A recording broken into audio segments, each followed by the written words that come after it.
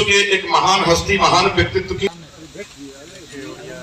थोड़ा सामने आइए सर, सब आदमी थोड़ा सामने देख लेंगे सर, थोड़ा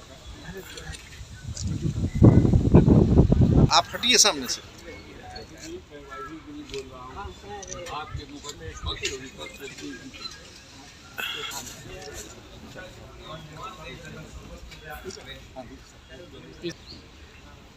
दर्शक दीर्घा में बहुत सारे हमारे बैठे हुए हैं। कृपया अनुरोध है कि आप लोग भी आकर के पुष्पांजलि अर्पित करें।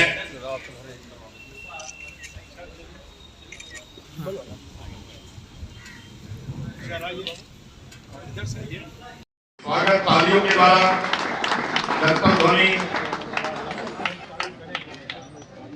बहुत अच्छा, बहुत अच्छा। हाँ, मुख्य अतिथि हैं न्यायमूर्ति। आप आगे देखिए सर।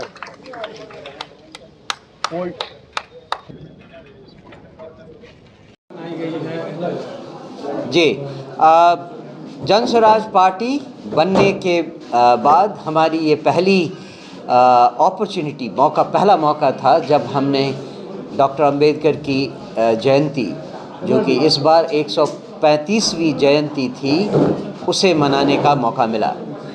मुझे आशा है कि आप सब समझेंगे कि बहुत शॉर्ट नोटिस पे हमें ये करना पड़ा, चूँकि 11 अप्रैल तक हम लोग एक बहुत बड़ी रैली में उसके आयोजन में व्यस्त थे। लेकिन मुझे खुशी है कि हम ये शुरुआत कर सके। अगले साल आपको एक बहुत भव्य आयोजन को देखने को मिलेगा, ऐसा मेरा पूरा भरोसा है।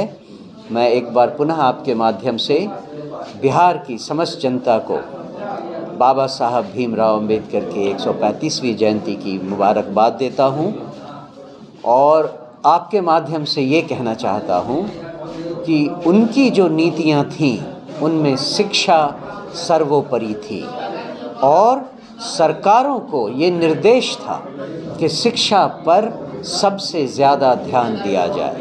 जो मैंने मंच से कहा था वो मैं आपके सामने फिर दोहराना चाहूँगा कि रिजर्वेशन की पॉलिसी के पीछे केवल एक ही एम था कि हमारे दलितों को कितनी जल्दी शिक्षा का समान अधिकार दिया जा सके, जिसके बाद उनको आरक्षण की ज़रूरत ना पड़े। लेकिन सरकारों ने, चाहे वो सेंट्रल सरकार हो चाहे राज्यों की सरकार हो, उन्होंने इस बात का मर्म समझे बिना शिक्षा पर कोई ध्यान नहीं दिया और वो 10 साल का पीरियड इतना आगे बढ़ता चला गया कि बाकी दलों ने आरक्षण का मूल रहस्य, मूल मंत्र भुला दिया और अपने अपने वर्गों के लिए रिजर्वेशन की मांग करने लगे। ये सर्वथा अनुचित था और यही जनसुराज की परिकल्पना में आता है।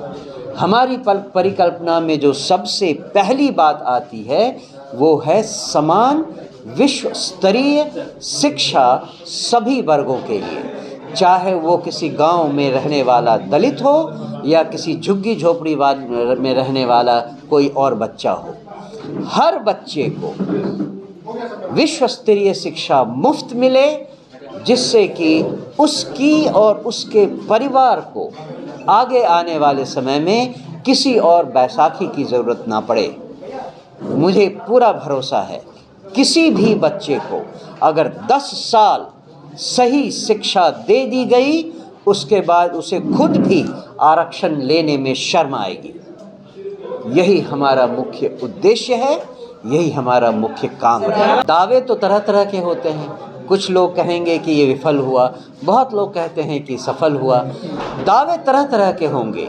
हमारा एक मेन एम था गांधी मैदान में आकर अपने लोगों को बुलाना और उनके साथ बातचीत करना।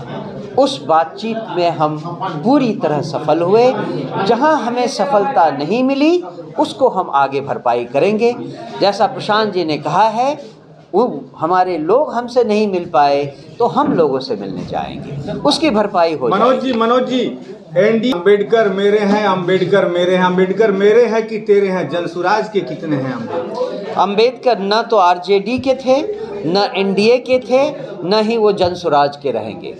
वो जनता के हैं और जनसुराज जनता का राज लाने वाला है।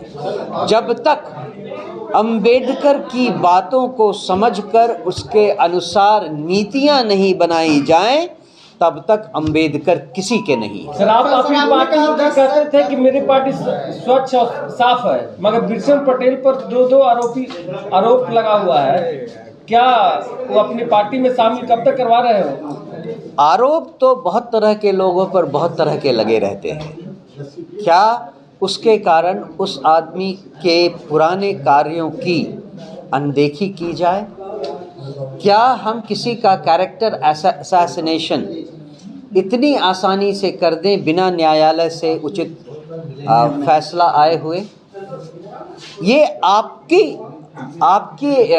विवेक पर निर्भर करता है कि आप किस बात पर भरोसा करें। मनोज सर,